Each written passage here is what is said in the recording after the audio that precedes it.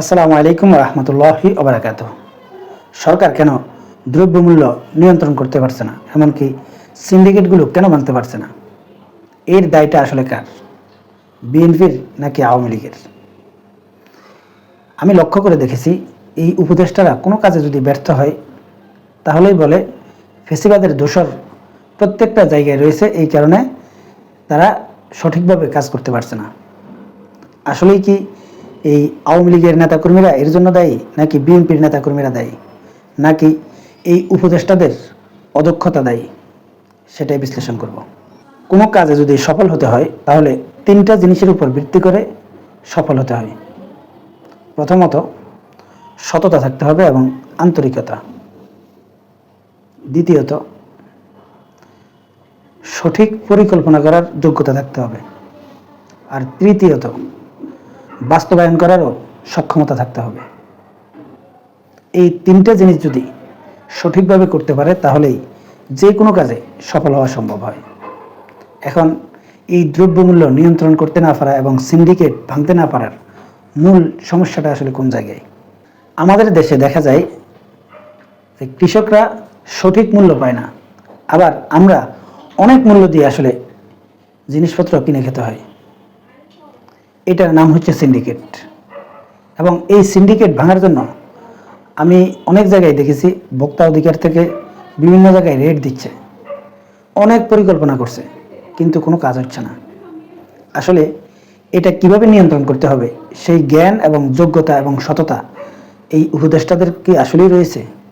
আমাদের বাংলাদেশে কিন্তু পর্যাপ্ত পরিমাণ আলু উৎপাদন হয়, এবং এই আলু যারা আসলে চাষাবাদ করে, যখন আলু ক্ষেতের থেকে কৃষকরা উঠায়, ঠিক সেই সময় আলুর দাম কিন্তু 10 থেকে 12 টাকা থাকে। দেখা যায় যে কৃষকরা যে চাষ করেছে এবং যে শ্রম দিয়েছে, এই সবগুলোর মজুরিও তাদের সঠিকভাবে ওঠে না। কৃষকরা 10 থেকে 12 টাকার মধ্যে আলু বিক্রি করে, আর আমরা সেই আলু 80 টাকা দিয়ে খাচ্ছি। এটার নাম হচ্ছে সিন্ডিকেট। এখন এই সিন্ডিকেট ভাঙার জন্য সঠিক পরিকল্পনা আসলে কি হতে পারে? এটা নিয়ন্ত্রণ করতে তিনটা জায়গার সহযোগিতা লাগবে। প্রথমে সঠিক পরিকল্পনা করতে হবে। তারপর আমাদের যে কৃষি মন্ত্রণালয় আছে তাদের সততা এবং নিষ্ঠা থাকতে হবে। তারপর এই সরকার বাস্তবায়ন করতে হবে।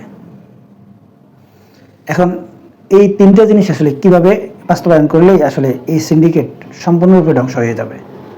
সবচাইতে সম্মানিত এবং গুরুত্বপূর্ণ ব্যক্তি হচ্ছে যারা চাষাবাদ করে, মানে যারা খাদ্য উৎপাদন করে, যাদেরকে আমরা কৃষক বলি। প্রথমে আমাদেরকে এই কৃষকদেরকে বাঁচাতে হবে, এবং কৃষকরা যাতে ন্যায্য মূল্যটা পায় সেটা যদি নিশ্চিত করা যায় তাহলে এই যে সিন্ডিকেট, এই সিন্ডিকেটটা সম্পূর্ণরূপে ধ্বংস হয়ে যাবে। সেটা কিভাবে?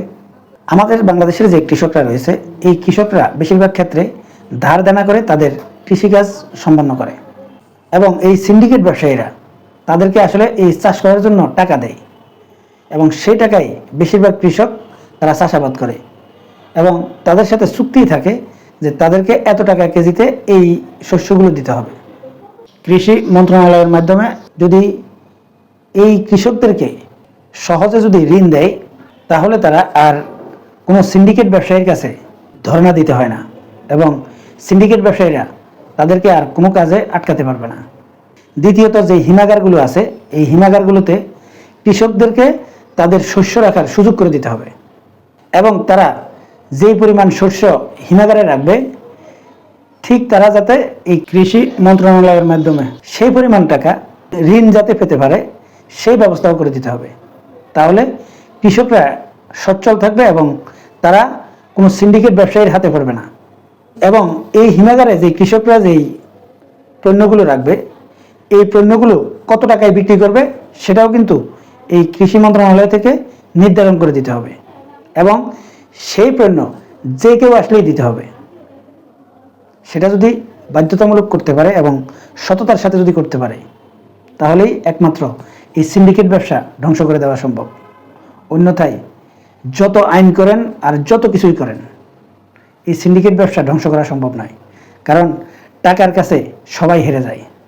একটা কৃষক চাষ করার সময় যদি তার টাকা না থাকে তখন সে এই সিন্ডিকেট ব্যবসায়ীদের থেকে আসলে দাদন নেই, এবং তারা বাধ্য থাকে ওই লোকের কাছে আলু বিক্রি করতে। টাকাওয়ালা লোকগুলো আবার হিমাগারে এইসব পণ্যগুলো রাখে। এই হিমাগারে রেখে তারা তাদের ইচ্ছা মতো বাজারে কৃত্রিম সংকট স্থাপন করে তারপর মালের দাম বৃদ্ধি করে এবং তারপর তারা ব্যবসা করে। যদি সেটা সরাসরি কৃষকরা রাখতে পারে এবং কৃষকরা যাতে দেনাগ্রস্ত না হয়ে যায়, সেই ব্যবস্থা যদি এই বর্তমান উপদেষ্টারা, এই বর্তমান সরকার এবং কৃষি মন্ত্রণালয় এবং সততার সাথে যদি সেগুলো বাস্তবায়ন করতে পারে, তাহলেই সিন্ডিকেট ব্যবসা সম্পূর্ণরূপে ধ্বংস হয়ে যাবে। এবং এই প্রক্রিয়া ছাড়া আসলে সিন্ডিকেট ব্যবসা ধ্বংস করা আদৌ সম্ভব নয়। এখন এটার জন্য কোন লোকগুলোকে বাছাই করতে হবে সেটা কিন্তু এই সরকার নির্ণয় করতে ব্যর্থ হয়েছে। একটা মানুষের সব জায়গায় যোগ্যতা থাকে না। এক একটা মানুষকে আল্লাহ তাআলা এক এক জায়গায় এক এক রকম যোগ্যতা দিয়েছেন। অতএব সেই যোগ্য লোকদেরকে আগে খুঁজে বের করতে হবে এবং যোগ্য লোক দিয়ে পরিকল্পনা সাজাতে হবে এবং সৎ এবং যোগ্য লোক দিয়ে আসলে সেটা বাস্তবায়নও করতে হবে। শুধু সততা দিয়ে আসলে সব কিছু করা যায় না।